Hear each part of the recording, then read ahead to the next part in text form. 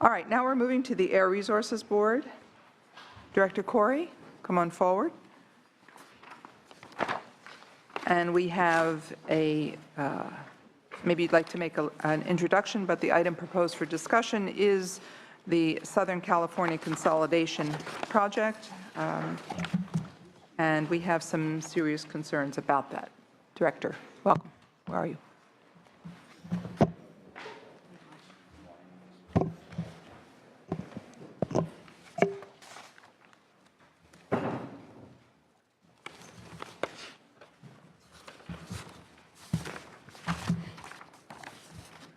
All right, the LAO, you can begin. Mr. Brown, welcome. Sure. Thank you, Madam Chair, and committee members. Ross Brown with the LAO. The issue before you is the proposed ARB Southern California Consolidation Project, and I'll just provide a brief background on the proposal and then get into our analysis of the issue. As part of ARB's mobile source regulatory activities, it administers emissions testing and research activities that are used for such things as developing regulations, researching new emission control technologies, and developing methods for measuring emissions. Most of ARB's emissions testing and research occurs at facilities in Southern California. The primary facility is the state-owned Hagen-Smit Laboratory, which is located in El Monte, and it was constructed in 1971. And that's ARB's primary research facility. The state also leases 5 buildings adjacent to that facility, as well as conducting heavy-duty testing at a facility 10 miles away at the Metropolitan Transit Authority. These facilities used specialized equipment such as dynamometers and sheds to test emissions. The proposal before you requests $5.9 million to begin the process to consolidate and relocate the ARB's existing motor vehicle and emissions testing facility. Funding would come from 3 different accounts: the motor vehicle account, the air pollution control fund, and the vehicle inspection repair fund. The administration proposes to consolidate the facilities. The exact location of the property for the project is unclear, but the administration indicates that it expects the new facility will be located on a piece of state land in Pomona. According to the administration, the existing Southern California facilities do not meet current and future emission testing needs. Some of the main concerns that they've raised are that the heavy-duty testing facility is too small to meet their current and future heavy-duty testing needs. The Hagen-Smit Laboratory is also too small and cannot be adapted to accommodate the equipment needed for future testing. Some of the equipment in the Hagen-Smit Laboratory has reached the end of its useful life, and the distance between the different facilities creates some inefficiencies for operating their testing programs. Now, as shown in the table on page 20 of your agenda, it outlines the proposed facility and the size of that proposed facility relative to the existing facilities that the ARB has. And as you'll see, the proposed facility is, for building space, is twice as large as ARB's existing facilities, and once including additional parking that would be at the new proposed facility, it would be 3 times as large as their current facilities. Now, the request for the budget year is for $200,000 for us to conduct a site evaluation and $5.7 million to develop performance criteria, which is an initial step in the process where the administration will put together documents to go out to solicit a bid. The total cost of the project is estimated to be $366 million, including the construction and equipment costs. And the administration indicates that it intends to use the same sources of funds for the construction as they're proposing for these initial steps. Now, I'm going to move into our assessment of the proposal. I do want to mention that it was in our February analysis, and we have been working with ARB on addressing some of the issues that we have raised, and so we can address that at the end of my presentation or answer any questions that you have. While we did raise some issues, I do want to note that Given the state's regulatory authority over emissions and continuing significant air quality challenges, we do think that that the emissions testing facilities will need some upgrades and renovations and possibly replacements in the coming years. And so we do recognize that. And while the administration's proposal could potentially be the preferred approach to addressing those needs, we feel that the proposal lacks several critical pieces and justification. And I'll go through a few of the major ones. First, the proposal lacks adequate justification for the size and scope of the project. Now, while the administration identifies a variety of activities that would be conducted, in our view, it hasn't provided a clear justification and analysis of future needs in order to justify the proposed scope, such as the number of test cells that would be needed. For example, the administration proposal includes an estimate of 860 tests annually for heavy-duty testing, and in their proposal, there was not a detailed analysis of the data and assumptions that went into estimating those testing needs. And as a result, it's difficult to evaluate whether the proposed project is appropriate in size and scope. The next issue that we raised in our analysis was the lack of a complete analysis of alternatives. Now, while the ARB's proposal includes a limited discussion of some of the alternatives, in our view, it didn't. The discussion of different alternatives was inadequate. I think the primary example of this was the administration in their proposal did not provide an analysis of renovating the existing facility and then building or leasing a new facility to address some of the additional needs, for example, heavy-duty testing needs. And the third major issue that we raised in our analysis was the long-term funding plan for the project. In our view, prior to moving forward with a project, particularly one of this size and scope, the legislature should have a clear understanding of how the project will be funded in the long term. And the administration has not provided a long-term funding plan for the project. It's currently unclear whether the funds that have been identified could support the additional costs in the long run. For example, one of the primary funding sources is the motor vehicle account. In our budget analysis on the transportation side, we raised some issues with an operational deficit in that account and potential issues with insolvency going forward. And so in our view, if the administration and the state and the legislature intends to move forward with a project like this, the administration should provide a description of how the project's costs will affect the long-term condition of these funds. And if the additional costs are jeopardizing the solvency of these funds, what either programmatic reductions or revenue increases would be needed to maintain the solvency of those funds. So in light of all these issues, we recommended that the legislature direct the administration to provide additional information on that justifies the proposed size and scope of the project, that provides a little more detail on the alternatives that the legislature could be considering, and more specific information about the identified funds that will support the long-term project costs. And until the administration provides this type of information, we find that the proposal is premature.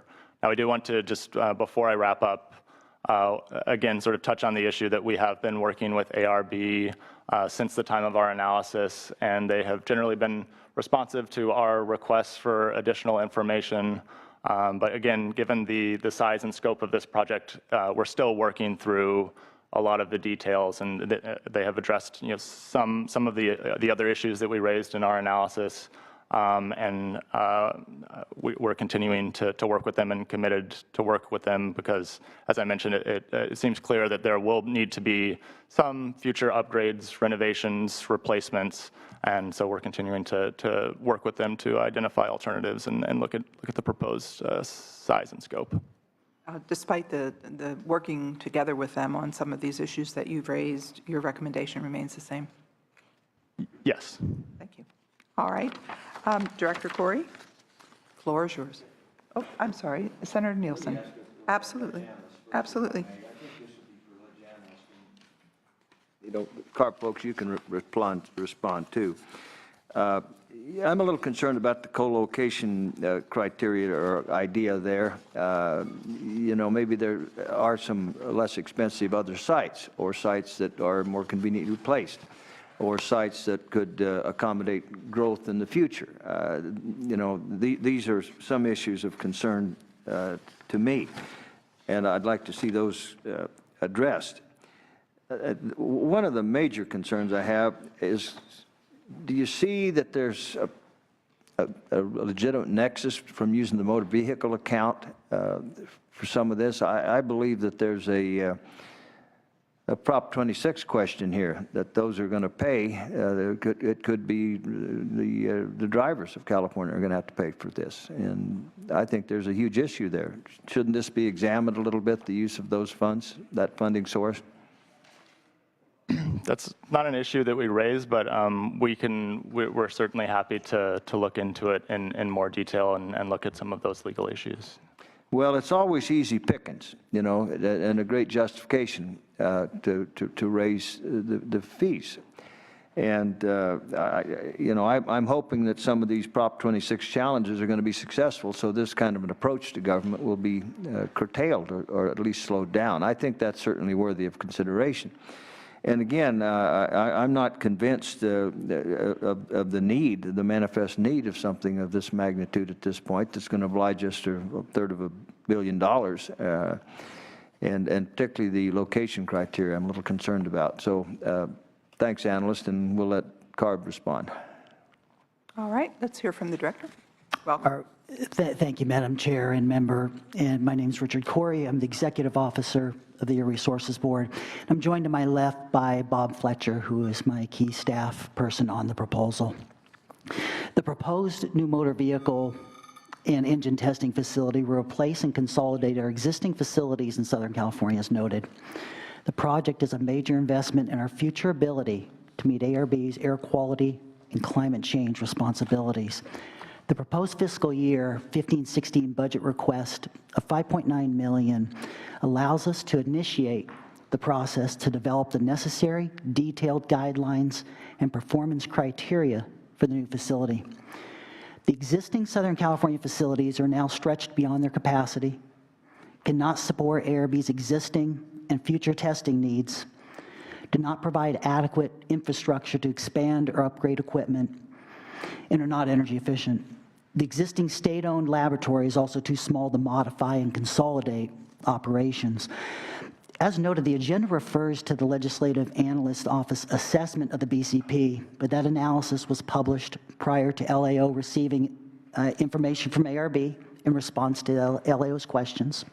And working with our control agency partners, we have provided additional information to the LAO regarding the basis and rationale for how we assessed our estimates of future workload, a cost analysis of several other alternatives to our preferred alternative, a detailed justification for the $5.9 million budget request, and information related to several other LAO questions. We provide a copy of our written response to this committee as well. We also appreciate the fact that LAO staff took time out this week to visit our Southern California facilities. And if questions remain, we're committed to continue to provide timely responses.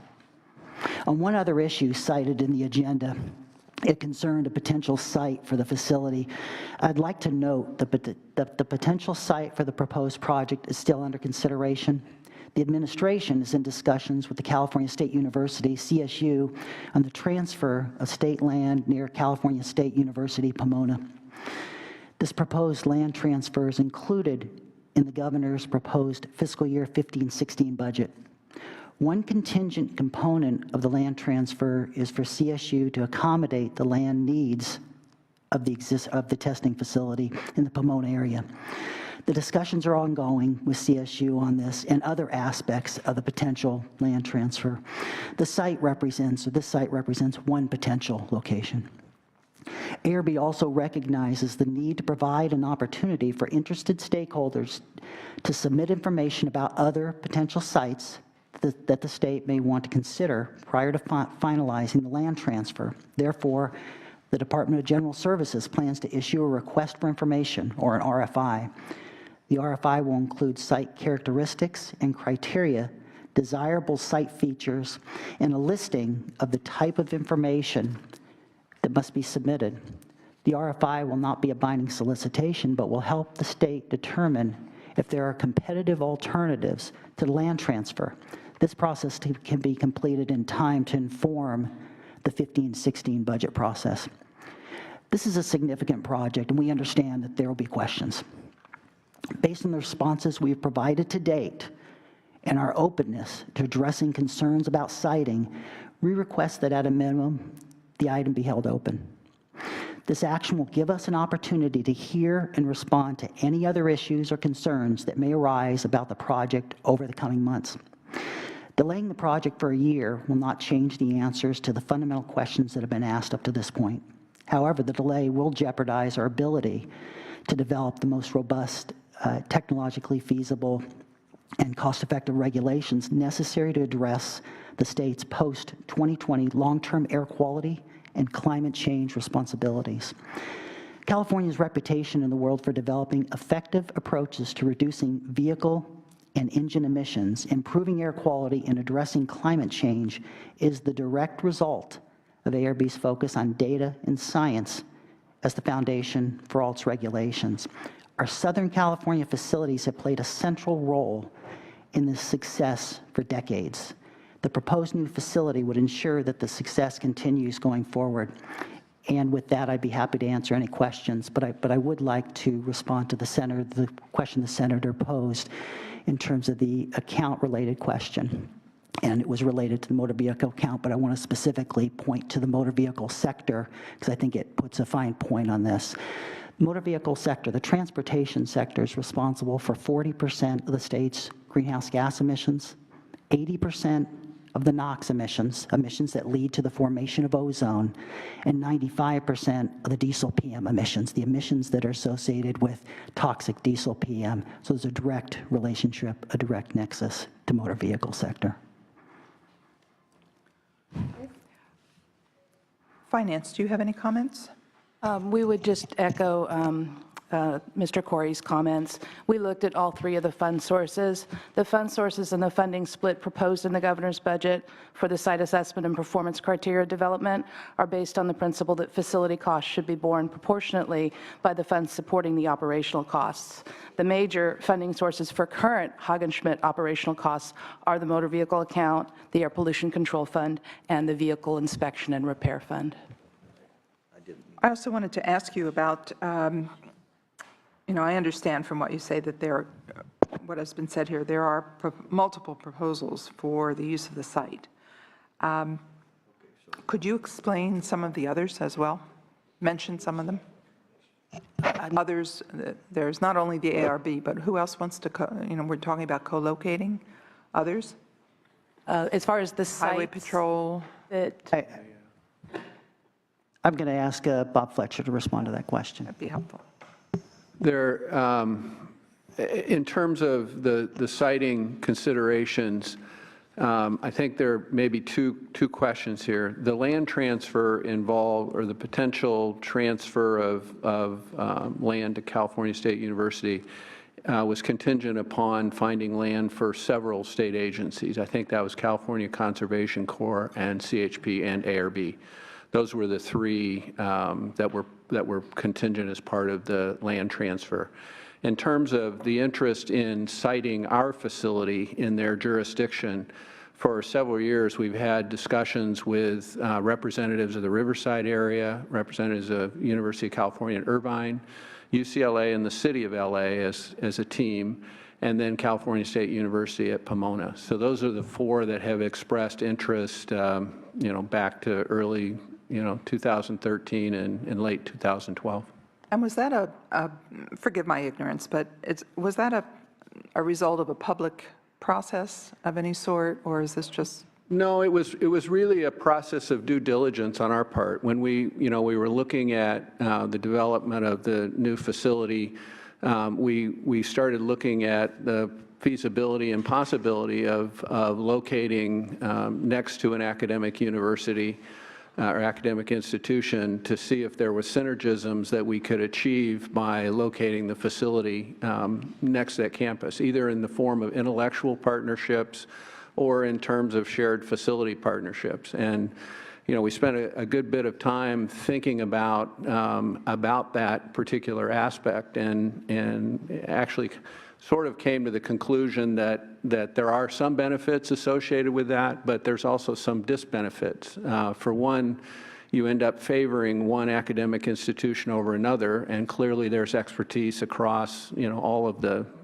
academic institutions. So we were starting to lean a little bit more towards establishing an intellectual partnership with the academic institutions as a whole so that we could take advantage of all of the expertise within the university systems. That doesn't mean there isn't still advantages associated with locating, and I hesitate to use the term co-location because it implies that you're either on or right next to the facility properties. For example, in UCLA, we were quite a ways away from the university on the properties they were showing us. So it was really a question of due diligence on our part and just looking at what was out there. We did site visits in early 2000, or I think 2014, early 2013. And mid-2013 to just try to help us inform the process and provide information. But there was not any sort of no informal request for information process run by Department of General Services. Well, I have some serious concerns. I share the concerns of the LAO because of the size of the project and alone. Senator Nielsen, you have a thought? Well, I certainly think a more exhaustive research of alternative sites would be in order. This is a huge project, and we could do two ways, Madam Chair. We could just leave it open, but I'd rather accept the staff recommendation and move that. Folks can still come back. If we reject this, let's come back and give us some options and some other ideas. It doesn't end the debate, but I think it's a little more directive of us to say, hey, maybe we're not altogether happy, so I'd rather move the staff recommendation. All right. All right, the staff recommendation has been proposed, has been moved to deny the proposal for this year. Let's move the item. Let's call the roll. Senator Wolk? Excuse me, is there any public comment on this issue? All right, please call the roll. Motion to deny, Senator Wolk? Aye. Senator Nielsen? Aye. Senator Pavley? 2-0. All right, 2-0, we will deny the proposal. Again, questions that need to be answered and reconsideration at some point in time. Thank you. All right, let's move on to SB 1371, which is the natural gas leakage abatement. LAO, would you go ahead first, please? Sure. Thank you, Madam Chair. Last year, the legislature passed SB 1371, which requires the California Public Utilities Commission, in consultation with ARB, to adopt rules and procedures governing the operation and maintenance of natural gas pipeline facilities in order to achieve two primary goals. One, minimize safety concerns associated with gas leaks, and two, achieve the state's goals of reducing greenhouse gas emissions. Now, among other things, the rules and procedures must provide the maximum technologically feasible and cost-effective avoidance, reduction, and repair of gas leaks, establish procedures for developing metrics to quantify and track the volume of emissions from leaky gas pipelines, which will then be, and that data will then be incorporated into ARB's greenhouse gas emissions inventory, and require gas pipeline owners to report to PUC and ARB an estimate of leaks from pipelines, including data and methods used to estimate leakage. The budget proposal before you is a request from ARB for a total of $670,000 in 15-16 from the Public Utilities Reimbursement Account to implement SB 1371. Now, this includes a couple pieces. One, $370,000 annually for two ongoing positions, and one-time allocation of $300,000 for contract funding to independently collect additional pipeline emissions data and examine additional methods to estimate emissions. In our view, the administration has not provided an adequate justification for the need for these additional resources, and our findings are based on a few different factors. First, SB 1371 requires PUC to consult with ARB to develop rules and procedures for utilities to measure and track emissions from pipelines. It does not require ARB to collect additional data beyond the data that is being submitted by the pipeline owners. As a result, in our view, the request for resources for ARB to collect and analyze emissions data is premature. The data that will be submitted by pipeline owners should inform ARB's emissions inventory, and if the ARB ultimately determines that the data after it is submitted is insufficient for its purposes, it could then request additional resources at that time. We also believe that the request for a position to consult with PUC on the proceedings and the need for that additional position is unclear. While assisting PUC in the proceeding will result in some additional workload for ARB, it's unclear that that additional workload would necessitate an entirely new position. Much of ARB's current activities are related to coordinating with other state agencies and activities related to greenhouse gas emissions. And in our view, it would be reasonable for ARB to absorb this one-time workload for the consultation with PUC. So our recommendation in light of these various factors are to reject the request. Okay, thank you. Director Corey, would you like to? Yes. Thank you, Madam Chair. And I'm also joined by Jack Katowski, who is our point person on this topic. SB 1371, as noted, has dual purposes: ensuring pipeline safety and reducing methane emissions from pipelines. Due to this dual role, both the PUC and ARB are acting as partners in this rulemaking. The PUC provides its knowledge of pipeline safety, while ARB provides its knowledge in greenhouse gas emissions and reduction opportunities. Methane is a critical and potent short-lived climate pollutant. Ensuring the emission reduction strategies from SB 1371 are well developed and achieve the most feasible reductions is necessary for California to realize its short and long-term climate goals. The PUC order instituting a rulemaking has already opened and is scheduled to take place over the next year and a half. The crux of any reduction measure is understanding the emission sources, specifically where are the emissions coming from and what are the most effective strategies for reducing those emissions. For pipeline leaks, California-specific data is limited, and existing national level data is largely from the 1990s. As a result of the PUC rulemaking, data will be submitted from the utilities that will provide new information on the number and types of leaks, as well as a variety of utility best practices, but it will not substantially improve the data necessary to estimate emission rates from the system and will provide only a starting point for appropriate mitigation strategies.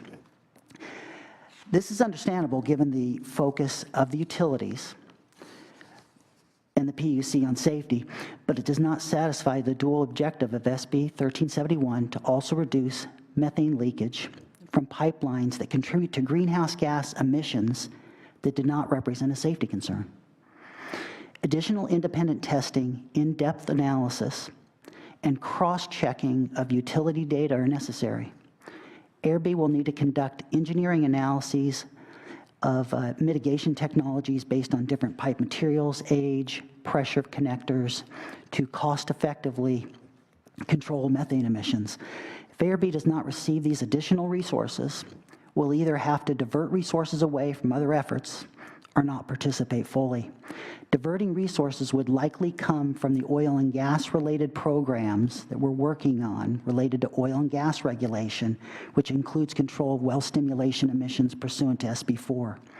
If ARB does not fully participate and the regulation does not adequately address GHG emissions, California will have lost an opportunity to reduce a significant source of a potent climate forcer. Pipeline leakage is a significant portion of overall methane emissions, and California will need substantial contributions from all sectors to meet its goals. The resources ARB has identified are needed now to conduct the robust and independent testing that will feed into the regulatory process. They are also necessary for ARB to sufficiently analyze and develop rigorous regulatory strategies that ensure emission reductions from pipeline leakage are considered in tandem with safety concerns. After the rulemaking is completed, ARB will evaluate the annual reports and ensure long-term climate targets are met, as well as incorporate the incoming data into other climate programs, such as leakage rate analysis and the low-carbon fuel standard. Longer term, ARB will recommend adjustments as climate goals evolve, technology improves, and the data provide information on compliance and regulatory effectiveness. These resources are necessary to implement the bill, and I therefore ask for your approval. Thank you, Director Corey. I don't think it's your day today, but I hope there'll be other days that are better for you. Finance, if you'd like to comment as well, but before... Yeah, one comment in support of the proposal. While SB 1371 assigns ARB a consultative role and does not specifically require ARB to perform the activities they have identified, the PUC, we would note for the record, is supportive of the request, and they view that the activities identified by ARB would contribute to their efforts. SB 1371 imposes new requirements designed to ensure that the state also considers potentially significant climate change impacts of fugitive methane emissions from pipeline leaks. It's intended to ensure that any net climate benefit from the use of natural gas is not reversed due to methane emissions from pipeline leaks. I want to thank you for that. Here's the concern about this bill and about its implementation. And it's a similar one to one that was in DTSC that we held open, Senator Hill's bill on regulation. There are a number of these bills that come through as policy bills are developed, and Senator Leno is well aware of this. There is, consultation with fiscal offices. You go through appropriations. There is an estimate as to what they cost, and according to the budget staff, there have been, more than one or two, and we have two examples right here, the one I mentioned before and this one, where the cost really has been completely different and extraordinary compared to the estimate that was given to the Senate and that everyone sort of assumed was correct, but by a large margin. I mean, we're talking hundreds of thousands of dollars here. So the fact that there will now be requests for more positions and higher cost estimates is really unacceptable. I mean, we can't do business that way.